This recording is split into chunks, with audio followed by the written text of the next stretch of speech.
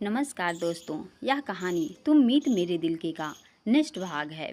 अगर आपको पसंद आए तो प्लीज़ लाइक करें और कमेंट में बताएं कहानी कैसी लग रही है। और आप चैनल पे नए हैं तो प्लीज़ हमारे चैनल को सब्सक्राइब कर लीजिए कि ऐसी कहानी आपको बराबर सुनने को मिले।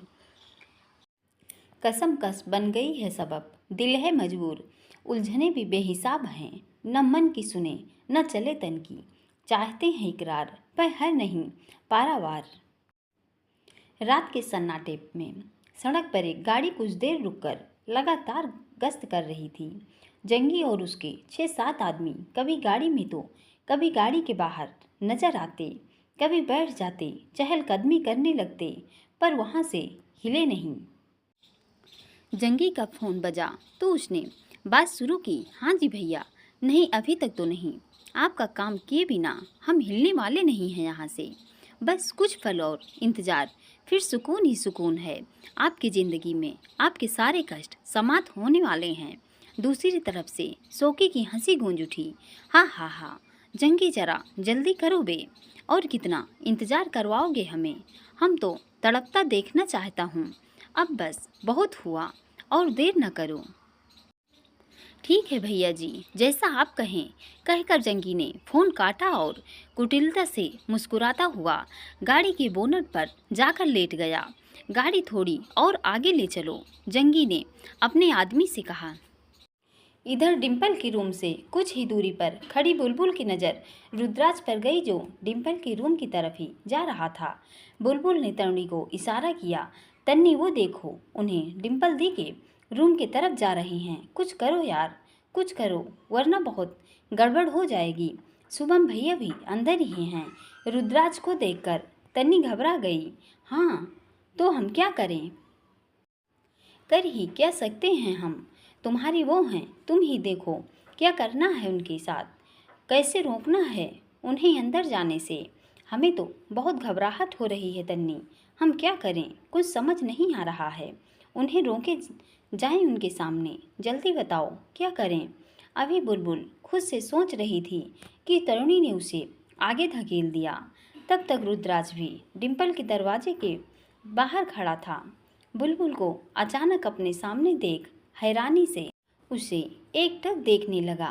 ये यहाँ, अभी तक तो यहाँ कोई भी नहीं था, ये अचानक कैसे प्रकट हो गई?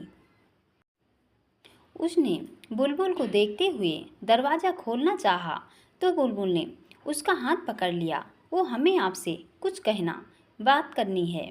बुलबुल की आवाज़ में घबराहट साफ दिखाई दे रही थी। बोलो, रुद्राज ने सीधा बुलबुल के आंखों में देखा। हमारे साथ बाहर चलेंगे? कुछ देर के लिए तो बताएंगे आपको। बुलबुल ने नजरें झुकाकर अगल बगल देखते हुए कहा। नहीं, बाद में, अभी मुझे अंदर जाना है, डिम्पल से कुछ काम है हमें। रुद्राज ने बुलबुल को टालना चाहा, पर वो न टली और उसका हाथ पकड़कर अपने कांपते हुए हाथों से खींचा। प्लीज़ चलिए, इट्स इम्पॉर्टेंट। रुद्राज को बुलबुल का बर्ताव समझ नहीं आ रहा था। हुआ क्या है आज इसे? वैसे तो कभी नजरें भी मिल जाए तो भी कतरा जाती है, दूर दूर से ही ताक कर खुश हो जाती है। आज अजीब जबरदस्ती कर रही है। वो बुलबुल के साथ जाने के लिए मुड़ा तो बुलबुल और तरुणी की सांस में सांस आई। बुलबुल को मन ही मन तसल्ली हुई। चलो, ये हमारे साथ रहेंगे तो इधर और शुभम और भैया को और डिम्पल को मौका मिल जाएगा। रुद्राज बुलबुल के साथ 2 कदम ही आगे चला होगा, तभी उसे पीछे से दरवाज़ा खुलने की आवाज़ आई। वो वापस पीछे पलटा तो डिम्पल अपने मुंह पर हाथ रख सिसकते हुए तेजी से बाहर निकल गई। उसके पीछे शुभम था, पर वो रुद्राज को देख रूम के दरवाजे पर ही रुक गया। बुलबुल के चेहरे की हवाइयाँ उड़ गई। उसने अपने सिर को एक हाथ से पकड़ लिया। अब क्या होगा? कहीं रुद्र भैया को कुछ? बुलबुल घबरा रही थी। रुद्राज ने जाती हुई डिम्पल से नज़र हटाकर शुभम को देखा और उससे गुस्से से उसकी गर्दन दबोचकर घसीटते हुए वापस रूम में ले गया। क्यों बे, क्यों आया है तू यहाँ पर? क्या किया तूने मेरी बहन के साथ? नहीं बोला तो जान ले लूँगा तेरी, बता क्यों रो रही है वो, कहकर रुद्राक्ष ने शुभम के मुंह पर एक तमाचा जड़ दिया। बुलबुल और तौड़ी शुभम को रुद्राक्ष से छुड़ाने के लिए अंदर आई। बुलबुल ने रुद्राक्ष को धक्का देकर शुभम से दूर करना चाहा, पर उल्टा रुद्राक्ष ने उसे ही धक्का दे दिया। वो नीचे गिरी और दीवार का कोना उसके सिर के पिछले हिस्से में टकरा गया। बुलबुल के सिर पर लगी देख तौड़ी चीखी और उसने उठाने के लिए उसकी ओर लपकी। शुभम उससे छूटने के लिए कसमसा रहा था। तौड़ी की चीख सुन कर बाकी सब भी रूम में आ चुके थे। उन्होंने रुद्राक्ष को शुभम की गिरेबान पकड़े हुए देखा तो उनकी सांसें हलक में अटक गई। बुलबुल की माँ शुभम को देख परेशान हो गई। रुद्राक्ष ने उसकी गर्दन पकड़ी हुई थी, ये उसे हटा क्यों नहीं रहा है सोचते हुए वो बुलबुल के पास चली गई और उसे पकड़कर खड़ी हो गई। रुदी, क्या पागलपन है ये, छोड़ो उसे। रुद्राक्ष के पापा उसे देखते ही चिल्लाए। पवन और विक्रम ने उसे शुभम से अलग करने की कोशिश की, पर उस पर तो जैसे गुस्से का पागलपन सवार था। उसने अपने एक हाथ से उन दोनों को भी पीछे धकेल दिया। अब अनुराधा जी आगे बढ़कर एक जोरदार तमाचा रुद्राक्ष के गाल पर जड़ दिया। होश में आओ रुदी, क्या कर रहे हो, मार डालोगे क्या उसे। रुद्राक्ष ने शुभम को छोड़ अपनी लाल आंखों से अपनी माँ की तरफ देखा। मैंने कहा था ना आपसे, अगर इसने कोई गलत हरकत की जिसकी वजह से डिम्पल की आंखों में आंसू आए तो मैं इसे जान से मार दूंगा, कहकर उसने फिर शुभम को पकड़ लिया। पर इस बार बुलबुल ने पूरी ताकत के साथ रुद्राक्ष को शुभम से दूर धकेल दिया। रुद्र, खबरदार, जो आपने इन्हें दोबारा छुआ तो आखिर गलती क्या है इनकी, प्यार ही तो करते हैं आपकी बहन से, घर बसाना चाहते हैं उनके साथ, अरे उन्हें अपनाना चाहते हैं तो क्या गलत है। शुभम खांसते हुए जमीन पर बैठा। बुलबुल उसकी पीठ सहलाने लगी। जब कुछ पता नहीं तो इस मामले से दूर रहो तुम। रुद्राक्ष ने बुलबुल को उंगली दिखाई तो उसने उठते हुए उसकी उंगली पकड़ी। उंगली दिखाकर मत बात कीजिए हमसे एसपी साहब, वरना गुस्सा हमें भी आता है। क्या जानते हैं आप इनके बारे में? बस इतना कि ये वही इंसान हैं जिससे कभी आपकी बहन से प्यार किया था। आपकी नज़रों में ये धोखेबाज हैं तो जाइए और पूछिए अपनी बहन से कि क्या उनकी कोई गलती नहीं थी, क्या प्यार अकेले उन्होंने किया था। आपको आपके सारे सवालों का जवाब मिल जाएगा, जाइए। बुलबुल की बात सुन रुद्राक्ष ने बारी बारी सबकी तरफ देखा और बाहर चला गया। शुभम, बुलबुल और तरुणी भी उनके पीछे गए। उनके जाते ही अनुराधा जी फूट फूट कर रो पड़ी। अनुराधा, सच सच बताओ क्या बात है? रुद्राक्ष के पापा ने गंभीरता से पूछा। शुभम हमारी डिम्पल को चाहता है जी। अनुराधा जी ने रुद्राक्ष के पापा को सारा किस्सा कह सुनाया। हमने ये बात छुपाई, इसके लिए हम माफ़ी मांगते हैं आपसे। डिम्पल कहाँ है इस वक्त? रुद्राक्ष के पापा ने पूछा तो अनुराधा जी ने उन्हें बाहर की तरफ इशारा किया। वो बाहर निकल गए। पवन और विक्रम को सोती हुई शिवी के पास छोड़ अनुराधा जी भी नीलिमा जी के साथ बाहर आ गई। सब डिम्पल को ढूंढ रहे थे, पर डिम्पल बाहर भी नहीं थी। कहाँ है डिम्पल? अनुराधा जी ने बुलबुल से पूछा तो वो बोली, पता नहीं कहाँ चली गई हैं। पूरा घर छान मारा पर नहीं मिल रही, उन्हें ढूंढने के लिए ही सर बाहर गए हैं। बुलबुल की बात सुनकर अनुराधा जी को डिम्पल की चिंता होने लगी। उसे ढूंढने के लिए इधर उधर दौड़े, आवाज़ लगाई, पर वो कहीं नहीं मिली। रुद्राक्ष बाहर से वापस अंदर आया और पवन और विक्रम को कॉल कर बाहर बुलाया। डिम्पल बाहर आई थी, कहीं मिल नहीं रही। तुम दोनों चलो मेरे साथ, आप लोग चिंता मत कीजिए, मैं डिम्पल को वापस लेकर ही आऊँगा। रुद्राक्ष ने अपने माँ पापा को आश्वासन देते हुए अंदर भेज दिया। डिम्पल के न मिलने से शुभम का मन बेचैन था। उसने भी उसके साथ चलना चाहा, पर रुद्राक्ष उसे अनदेखा कर वहीं छोड़कर चला गया। पर फिर भी उसने उनके पीछे गया। सभी अलग अलग दिशाओं में निकल चुके थे। शुभम डिम्पल को ढूंढता हुआ एक दिशा में बढ़ा तो सामने से उसे डिम्पल भागती हुई आते नजर आई तो वो तेज कदमों से उसकी ओर चल दिया और उसके करीब आते ही उसे अपनी बाहों में भर लिया। हम कितने परेशान हो गए थे, कितनी देर से तुम्हें ढूंढ रहे हैं हम सब। शुभम ने डिम्पल के चेहरे को अपने हाथों में भर लिया। डिम्पल के चेहरे पर थप्पड़ के निशान देखकर शुभम तड़प उठा। ये निशान कैसे हैं तुम्हारे चेहरे पर? किसने किया ये सब? और बुलबुल वो कहाँ है? वो भी तुम्हें ढूंढने इसी तरफ आई थी। शुभम ने डिम्पल से पूछा और बुलबुल को देखने के लिए उसके पीछे जहाँ तक हो सका अपनी नज़र दौड़ाई। बुलबुल का नाम सुनते ही डिम्पल की रुलाई फूट गई। उसने रोते रोते शुभम के सीने पर अपना सिर रख दिया। वो बुलबुल को ले गया शुभम, वो बुलबुल को ले गया। शुभम ने डिम्पल का आंसुओं से भरा चेहरा अपने हाथों से ऊपर उठाते हुए कहा, क्या कह रही हो? कौन ले गया बुलबुल को? किसी अनहोनी की शंका से शुभम का हृदय घबरा उठा। डिम्पल ने शुभम को बताना शुरू किया। जब मैं घर से बाहर कुछ दूर आई तो फ्लैशबैक। डिम्पल रोते हुए अपने घर से निकली और कुछ दूरी पर एक पेड़ से टेक लगाकर खड़ी हो गई। मैं लाख तुमसे दूर जाना चाहूँ भी तो नहीं जा सकती हूँ शुभम, क्योंकि आज भी मैं तुमसे उतना ही प्यार करती हूँ जितना पहले करती थी। आज भी मैं तुम्हारे सिवा किसी और को नहीं सोचती, पर अब मुझे आदत हो गई है अकेले जीने की। मत दो मुझे ऐसा सहारा जो एक महीन धागे की दीवार से बना है। अगर ये सहारा फिर से मुझसे छीना तो मैं नहीं जी पाऊंगी। डिम्पल ने अपने आंसू पोंछ ओ और आह भरी, पर मेरा सिवी इनमें उस नादान का क्या कसूर है? उसे मैंने कैसे बाप के प्यार से दूर रख सकती हूँ? ये तो गलत है ना कि मैं खुद की वजह से उसका हक उससे छीन लूँ। नहीं, मैं ऐसा नहीं कर सकती। मुझे मेरी सिवी के लिए शुभम के पास जाना ही होगा। मुझे सब कुछ भूलकर उसे एक मौका देना ही होगा। डिम्पल अंतर्द्वंद से जूझती हुई वापस जाने लगी।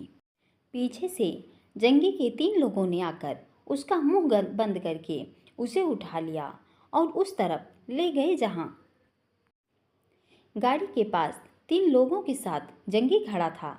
जंगी भैया, ये औरत उसी घर से निकल कर आई थी, वापस जा रही थी। उठा लाए, देख लो, यही है ना वो? डिम्पल उसके छूटने के लिए छटपटा रही थी। जंगी ने डिम्पल को देख उसके चेहरे से घुमाकर पीठ तक अपना हाथ फेरा और अपने आदमियों को उसे छोड़ने का इशारा किया। छूटते ही डिम्पल ने जंगी को धकेल कर उसके मुंह पर तमाचा जड़ दिया। हिम्मत कैसे हुई हमें हाथ लगाने की? जंगी ने खूंखार नज़रों से देखा और उसे बालों से पकड़कर अपने चेहरे के करीब कर लिया। छूटी हुई औरत है तू, ये बोलना शोभा नहीं देता। क्या फर्क पड़ता है ऐसी औरत को कि कौन उसे छू रहा है? जंगी के शब्दों ने डिम्पल का हृदय चीर कर रख दिया। डिम्पल को जंगी से घिन आ रही थी। जिन हाथों से जंगी ने उसे छुआ था वो उसे काट देना चाहती थी। अपने बालों को जंगी के हाथों से छुड़ा उसके साइज से भी दूर हो गई। कितने घटिया आदमी हो तुम जैसे लोग अपनी माँ की कोख के लिए एक गाली हो। तुम जैसे लोगों को पैदा करने से अच्छा एक औरत बांझ रहे। घबरा मत, जंगी किसी की जूठन नहीं खाता। गाड़ी के बोनट पर बैठते हुए जंगी ने डिम्पल से कहा और अपने आदमियों की तरफ देखने लगा। सो कि भैया को उनकी बहन नहीं, उनकी छमिया चाहिए। तो इसका करें क्या भैया? एक आदमी ने जंगी से सवाल किया तो जंगी बोनट पर लेटा होते हुए बोला, करना क्या है? इसे ढूंढने कोई न कोई तो आता ही होगा। जो आएगा उसे भी धर लेंगे। फिर दोनों के बदले थानेदार की छमिया ले जाएंगे हम। उनकी बात सुनकर डिम्पल को अंदाजा हो गया था कि वो लोग क्या चाहते हैं।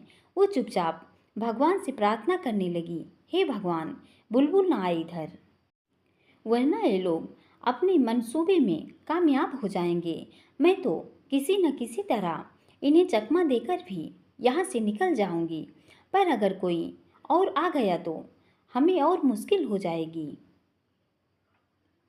बुलबुल डिम्पल को ढूंढते हुए रुद्राज के घर से काफ़ी आगे निकल गई थी। डिम्पल दी करते हुए डिम्पल को अपने कानों में बुलबुल को धीमी आवाज़ सुनाई दी जो छड़ छड़ बढ़ रही थी। बुलबुल मत आओ यहाँ, जाओ यहाँ से।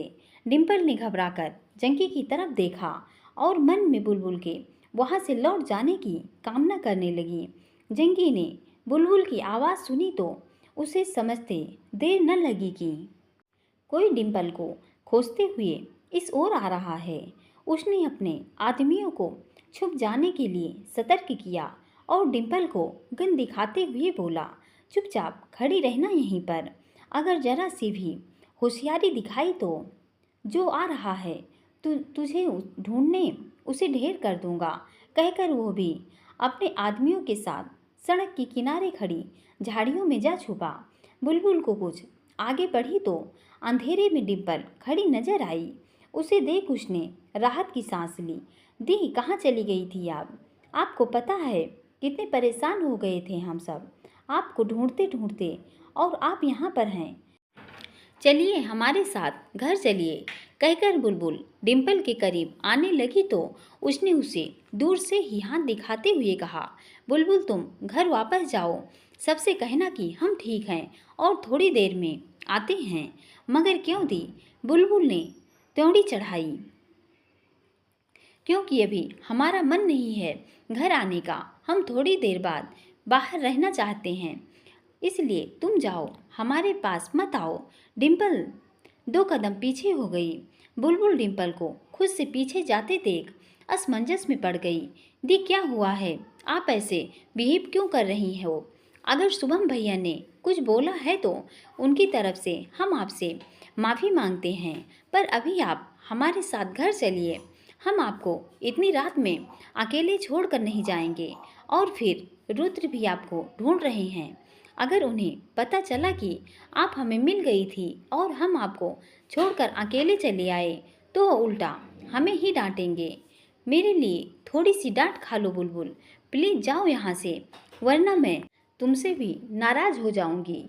बुलबुल ने देखा डिम्पल की आंखों में से आंसू बह रहे थे। दी आप रो क्यों रही हो? क्या हुआ है? कुछ तो बताइए।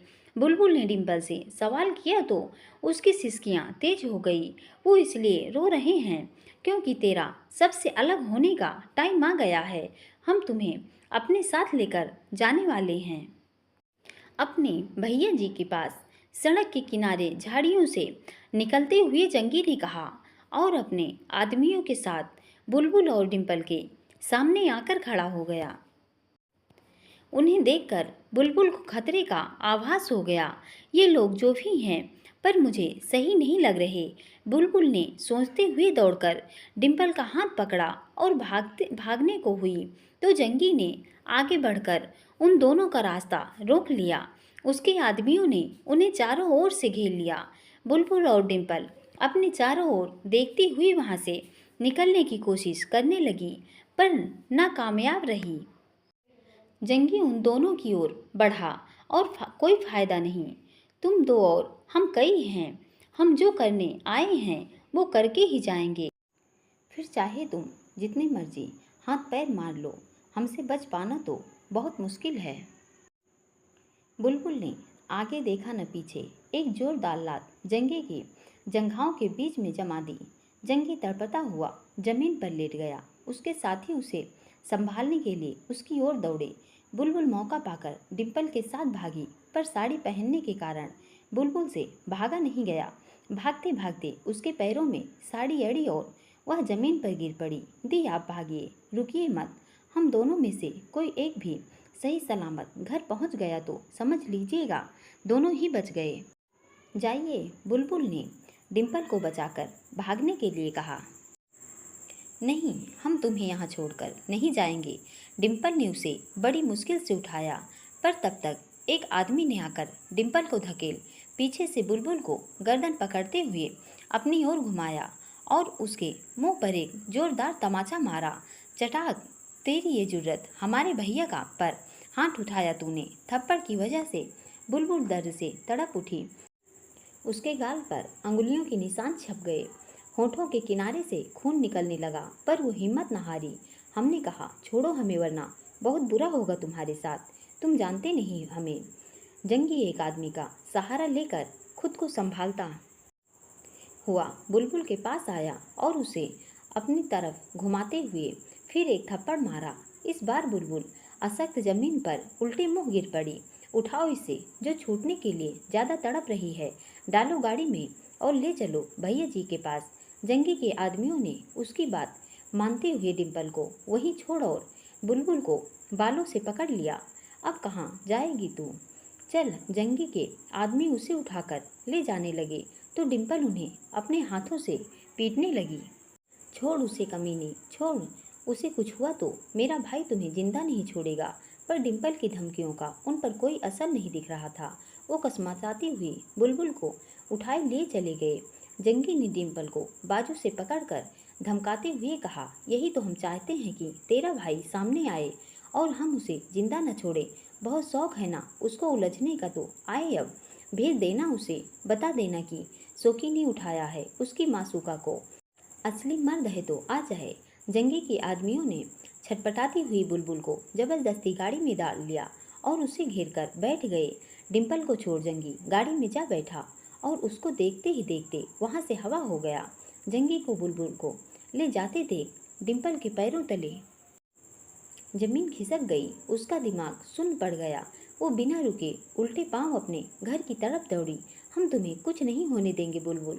हम अभी जाकर रूदी को सारी बात बताते हैं, उसे भेजते हैं तुम्हें लाने के लिए।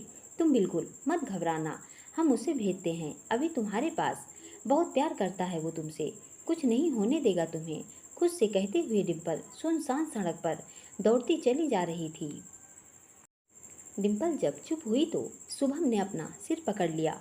नहीं, मैं बुलबुल को कुछ नहीं होने दूंगा। चलो मेरे साथ अभी। शुभम जाने के लिए डिम्पल के साथ मुड़ा तो अपने सामने रुद्राज विक्रम और पवन को देखकर रुक गया। डिम्पल ने रुद्राज को देखकर सिसकते हुए अपना सिर झुका लिया। रुद्राज धीमे कदमों से चलकर डिम्पल के सामने आकर खड़ा हो गया। बुलबुल की तस्वीर उसके जहन में घूमने लगी। जितना दर्द तुम लोगों उसे दोगे उससे कहीं ज़्यादा मैं तुम्हें तड़पाऊंगा। सोचते हुए रुद्राज के चेहरे पर शक्ति के भाव उभर आए।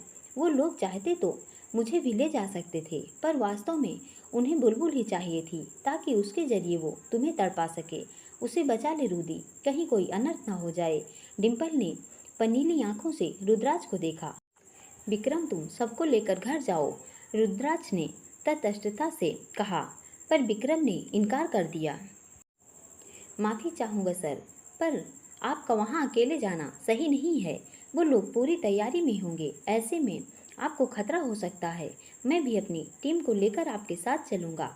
विक्रम की बात सुन रुद्राज की भौहें तन गई। उसने ऊंची आवाज़ में कहा, एक बार बोलने पर समझ नहीं आता है क्या तुम्हें? मुझे कुछ नहीं होगा, पर अगर तुम लोग मेरे साथ गए तो हाँ, बुलबुल के जान को खतरा हो सकता है, जो मुझे कतई मंजूर नहीं। तो अभी के लिए बेहतर यही होगा मैं अकेला ही जाऊं। शुभम रुद्राज का आक्रोश देख उसकी फीलिंग समझ गया था। इतना गुस्सा ऐसे तो कोई तब करता है जब कोई किसी से बेपनाह मोहब्बत करता हो। मतलब रुद्राज बुलबुल को चाहता है। शुभम बिना कुछ बोले निरंतर रुद्राज को देख रहा था। रुद्राज को इतने गुस्से में देख विक्रम की हिम्मत नहीं हुई कि वो दोबारा बोल जाए, पर डिम्पल ने उसकी बात पर सहमति जताई। नहीं रूदी, विक्रम ठीक कह रहा है। बुलबुल उनके पास है। वो लोग भूखे भेड़िए की तरह तेरा ही इंतजार कर रहे होंगे। तू अकेला कुछ नहीं कर पाएगा। ये समय जोश में नहीं, होश से काम लेने का है। तू अपने साथ इन्हें भी ले जा। कुछ देर सोचने के बाद रुद्राज बोला, एक निश्चित दूरी के साथ तुम लोग ट्रैक्टर की मदद से मुझे फॉलो करोगे, पर सामने तब तक नहीं आओगे जब तक मेरी तरफ से कोई इशारा या कोड तुम्हें नहीं मिलता या मैं खुद तुम्हें नहीं बुलाता। बाई चांस अगर कोई प्रॉब्लम होती है, हम लोगों का कनेक्शन टूटता है, तो लास्ट लोकेशन पर मैं कोई न कोई मार्क जरूर छोड़ूंगा। रुद्राज ने विक्रम से कहा और अपनी बाइक पर सवार होकर सीधा उस दिशा में निकल गया जिधर गाड़ी गई थी। ये तो गर्द की आंधी है, तेरे लिए जो बर्फ के तूफान से भी लड़ जाऊं मैं दिलरुबा। तरुणी भी घटना स्थल पर पहुंच चुकी थी। बुलबुल के बारे में उसे पता चला तो वो स्तंभ रह गई। वो रोते हुए विक्रम को देख बोली, प्लीज़ हमारी बहन, हमारी सहेली को ले आइए, बचा लीजिए आप सर उसे उन लोगों से प्लीज़। विक्रम ने तरुणी को हौसला दिया और समझाया, देखिए सब्र रखिए, ऐसे रोने से वो वापस नहीं जाएंगी। सर गए हैं ना उनके पीछे, और अब हम भी जाने की तैयारी कर रहे हैं। आप सबको लेकर घर जाइए, हम उन्हें लेकर वापस आते हैं। विक्रम ने सबको घर भेजा और खुद अपनी टीम के से संपर्क कर उन्हें रुद्राज के कहे अनुसार सब समझा दिया। सब ने अपनी अपनी लोकेशन से रुद्राज की प्रेजेंट लोकेशन पर इकट्ठे होने की सलाह की और उसे ट्रैक करने लगे।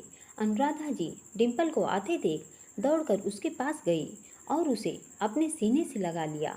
कहाँ चली गई थी बिना बताए? पता भी है हम सब कितने परेशान हो गए थे।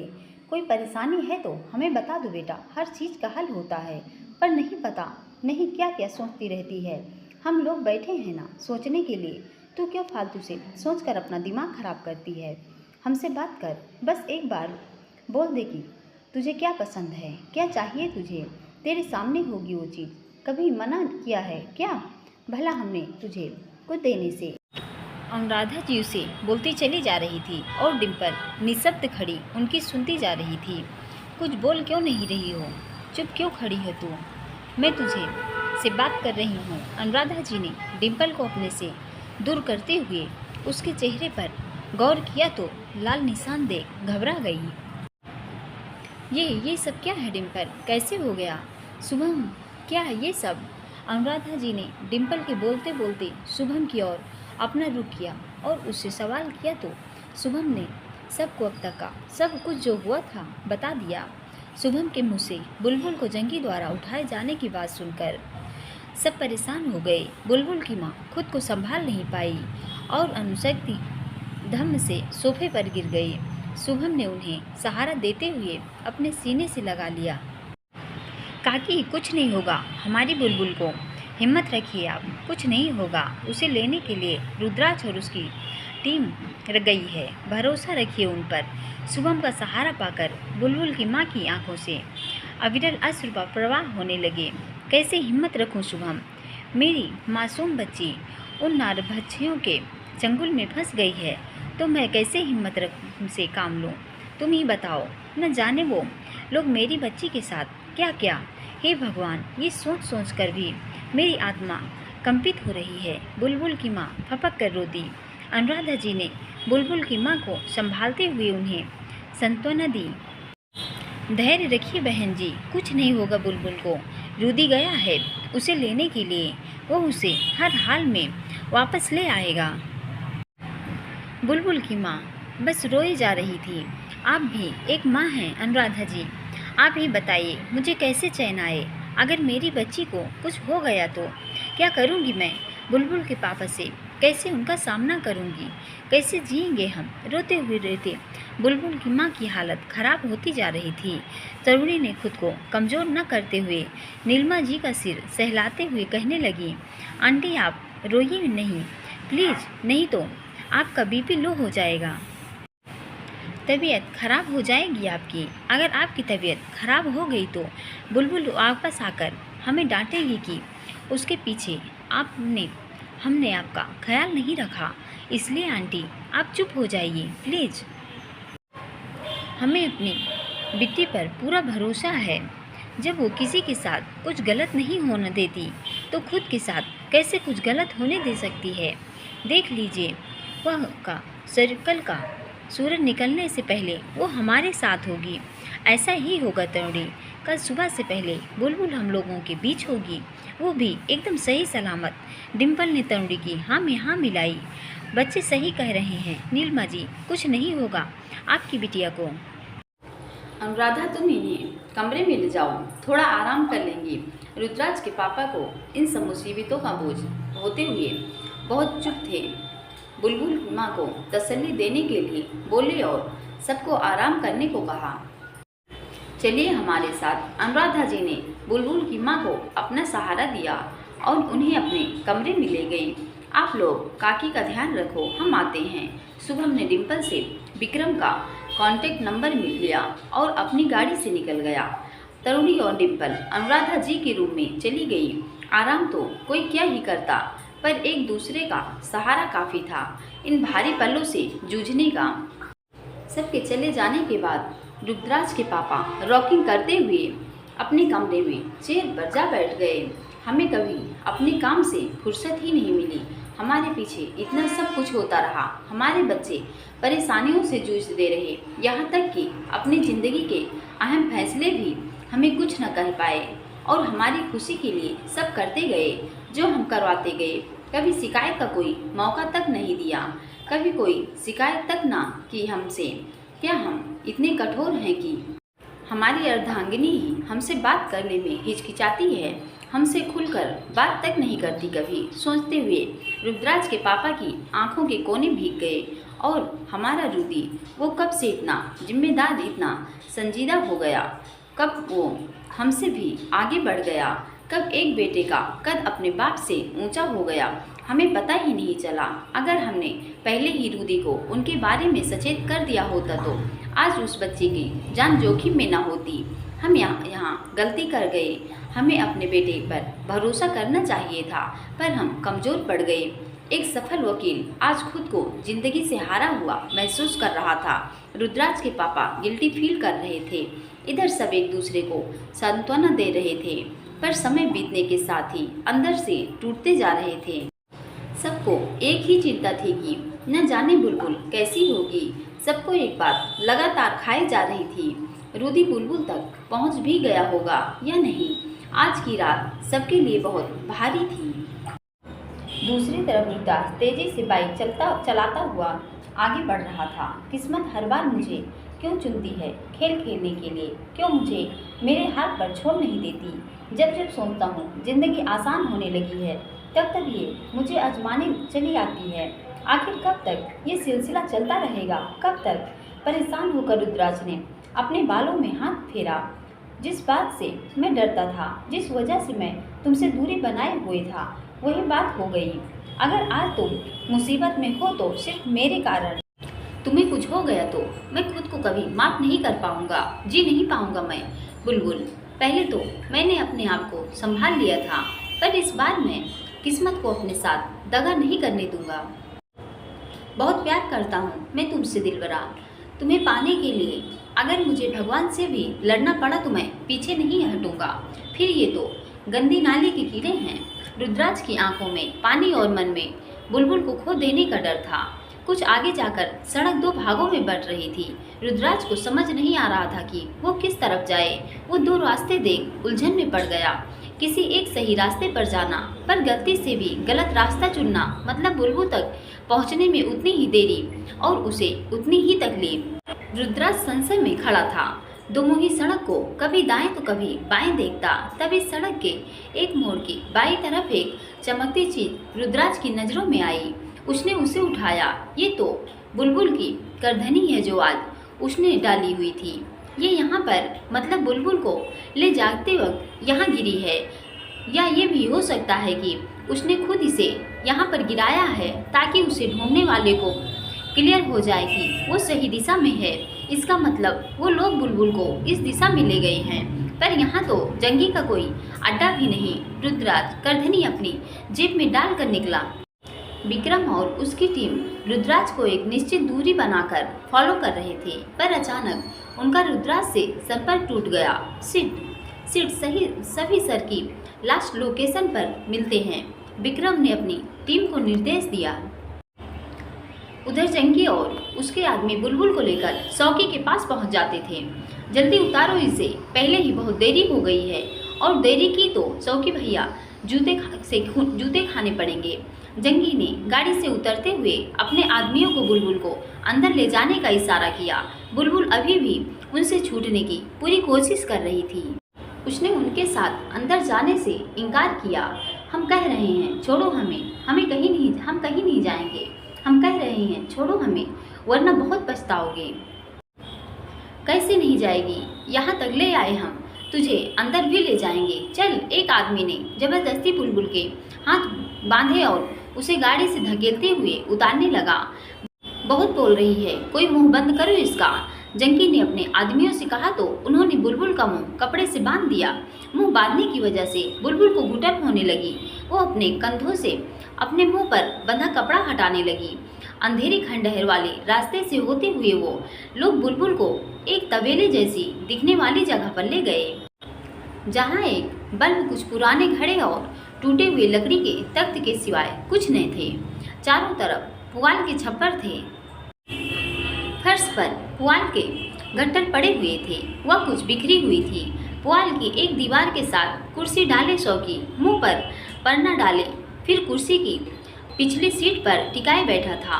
शौकी भैया ले आए हम उसे, जंगी ने दर्द भरी आवाज में कहा तो शौकी अंगड़ाई लेने लगा।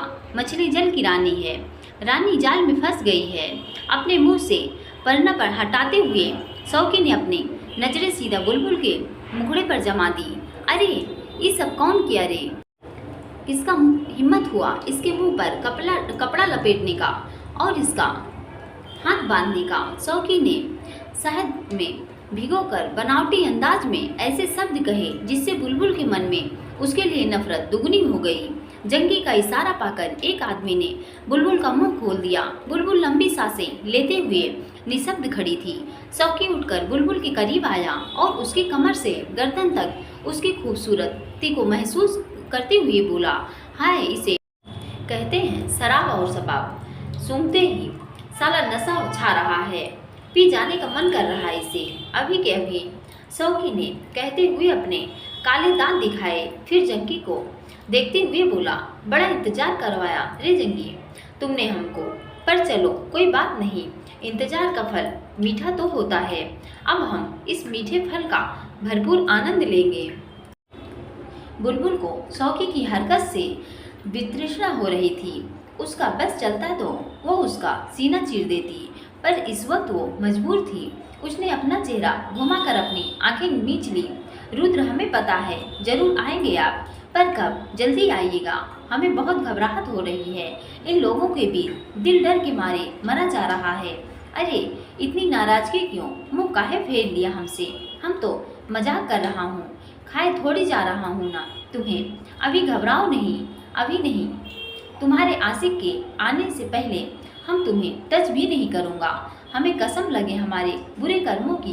कहते हुए उसने बुलबुल की ठौड़ी पकड़कर उसका चेहरा अपनी ओर घुमाना चाहा, पर बुलबुल ने को उसका छूना गवारा न था, इसलिए उसके छूने से पहले ही 2 कदम पीछे हट गई। तुम्हें क्या लगता है तुम कुछ भी करोगे और हम करने देंगे? एक अकेली लड़की को 10 आदमियों से उठाकर अपने आप को मर्द समझते हो?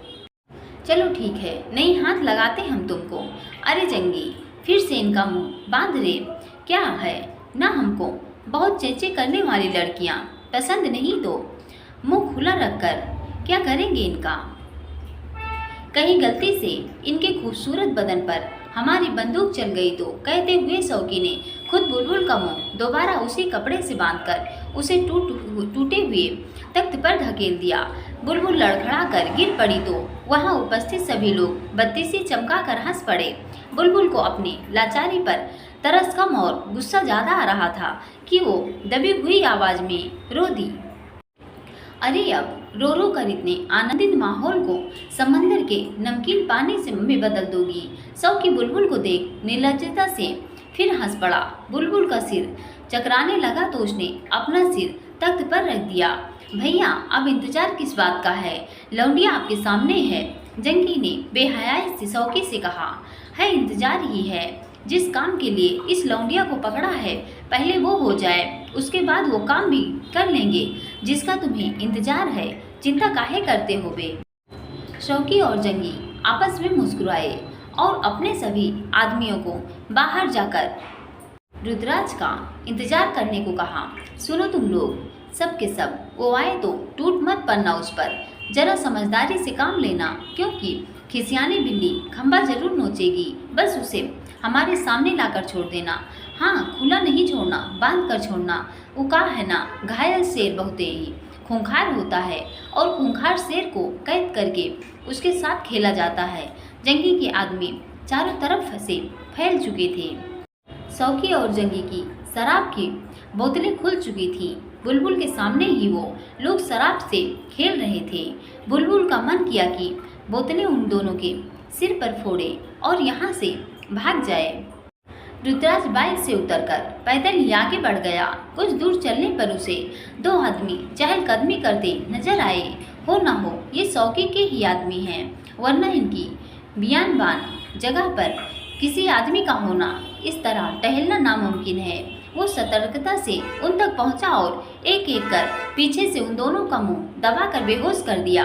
अब बस और इंतजार तुम्हारे गुनाहों की सजा कोर्ट नहीं, मैं दूंगा तुम्हें। मैं सोचते हुए रुद्राज अंधेरे में तीर की तरह चला जा रहा था। तबेले के करीब पहुंचते ही रुद्राज को सौकी के आदमियों ने घेर लिया। वो सब एक साथ ही उस पर टूट पड़े। कुछ देर की मुठभेड़ के बाद लगभग सभी आदमी जमीन पर चारों खाने चित पड़े थे। रुद्राज ने अकेले ही उन सबको धूल चटा दी। उनका धुलाई कर रुद्राज अंदर जाने के लिए मुड़ा तो पीछे से उसके सिर पर एक आदमी ने डंडे से मारा। रुद्राज ने दोनों हाथ से अपना सिर पकड़ा और पीछे घूमा। सौकी का एक आदमी उसके सामने डंडा लिए खड़ा अपनी हैवानियत दिखा रहा था। रुद्राज ने आगे बढ़कर उसका गला पकड़ना चाहा, पर दो आदमियों ने उसे पीछे से कसकर पकड़ लिया। सौकी भैया का हुक्म है तुम्हें जिंदा उसके सामने ले जाने का, इसलिए अभी तक जिंदा खड़े हो, नहीं तो मुर्दा घर पहुंचा दिया गया होते। डंडा मारने वाले आदमी ने डंडा फेंक रुद्राज को जबड़े से पकड़ लिया। ले चलो इसे भैया जी के पास। विक्रम और उसकी टीम भी आगे बढ़ चुकी थी, पर नेटवर्क टूटने की वजह से उन्हें समझ नहीं आ रहा था कि रुद्राज की एक्चुअल लोकेशन क्या है, इसलिए वो अंदाजे से ही आगे चलते जा रहे थे। शुभम भी उन लोगों के साथ मिल गया था। रुद्राज को अपने सामने देख बुलबुल को सुकून तो मिला, पर अगले ही पल उसे सौकी के आदमियों द्वारा पकड़ा देख निराशा भी हुई। हमें आप पर यकीन है रुद्र, आप हमें यहाँ से सही सलामत ले जाएंगे। बुलबुल की आंखें पनीली हो रही थी। रुद्राज को अपने शिकंजे में देख सौकी के होठों पर शैतानी हंसी दौड़ गई। शराब की बोतल पकड़कर दीवार से दे मारी। अरे थानेदार साहब, इतनी देर कैसे हो गई आने में? हम तो कितनी देर से तुम्हारी बात देख रहा हूँ।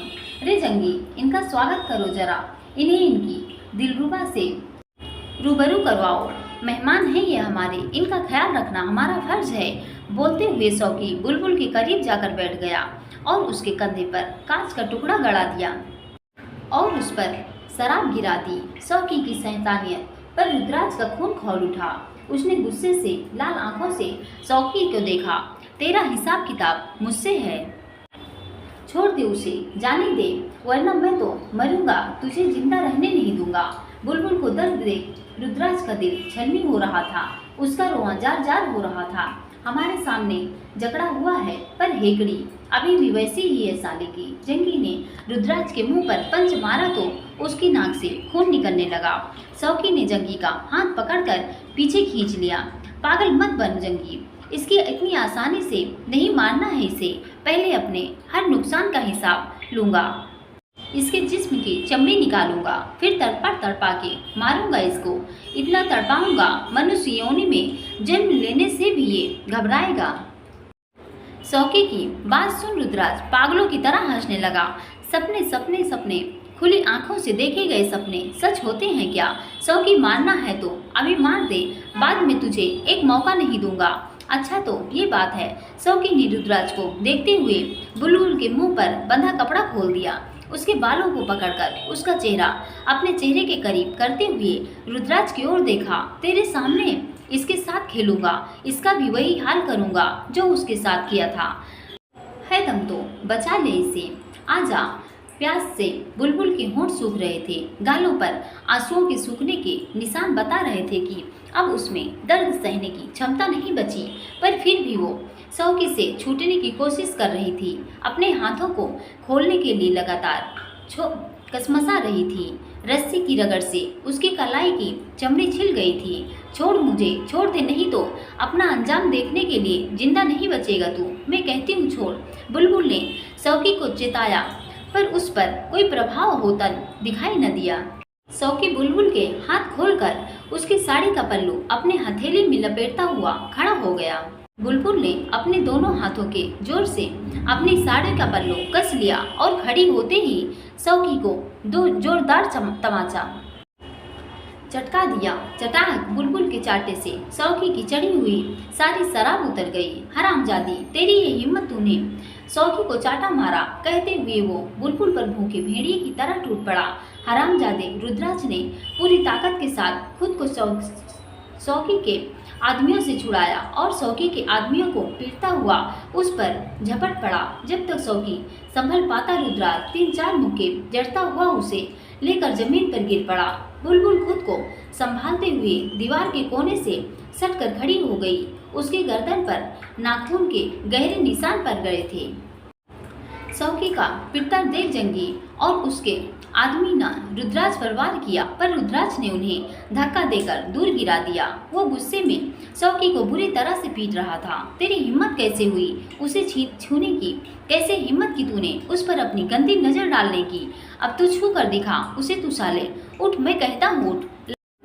लगा हाथ उसे, उसके हाथों तुझे ही मरवाऊंगा। माँ दरसों की अपने दोनों हाथों को अपने चेहरे के सामने कर बचने का प्रयास कर रहा था। जंगी ने अपने घुटने से रुद्राज की बाईं पसली को पकड़कर जमीन पर गिरा दिया। रुद्राज पसलियों पर हाथ रखकर दर्द से कराह उठा। बुलबुल दौड़कर उसके पास आई। रुद्र, उठिए, क्या हुआ आपको? उठिए, साला बहुत मारा रे, पकड़ो इसको। सौकी ने अपने कपड़े झाड़ते हुए जंगी से कहा तो उसने बुलबुल को एक तरफ झटक कर रुद्राज को पकड़ लिया। सौकी जैसे ही बुलबुल की ओर लपका, रुद्राज जंगी को धकेलते हुए बुलबुल और सौकी के बीच आ खड़ा हुआ। बुलबुल, उठो, पहचानो अपनी ताकत, भूलो मत तुम क्या हो। याद करो, जब तुम एक पुलिस वाले को थप्पड़ मार सकती हो, फिर ये तो मामूली सा गुंडा है। दोस्तों, हमें माफ़ करना, क्योंकि हम इस समय काम के सिलसिले में थोड़ा बाहर हैं, इसलिए हम पूरी कहानी डाल नहीं पा रहे हैं और आवाज़ भी सही नहीं जा रही है, इसलिए हमें माफ़ करिएगा। धन्यवाद।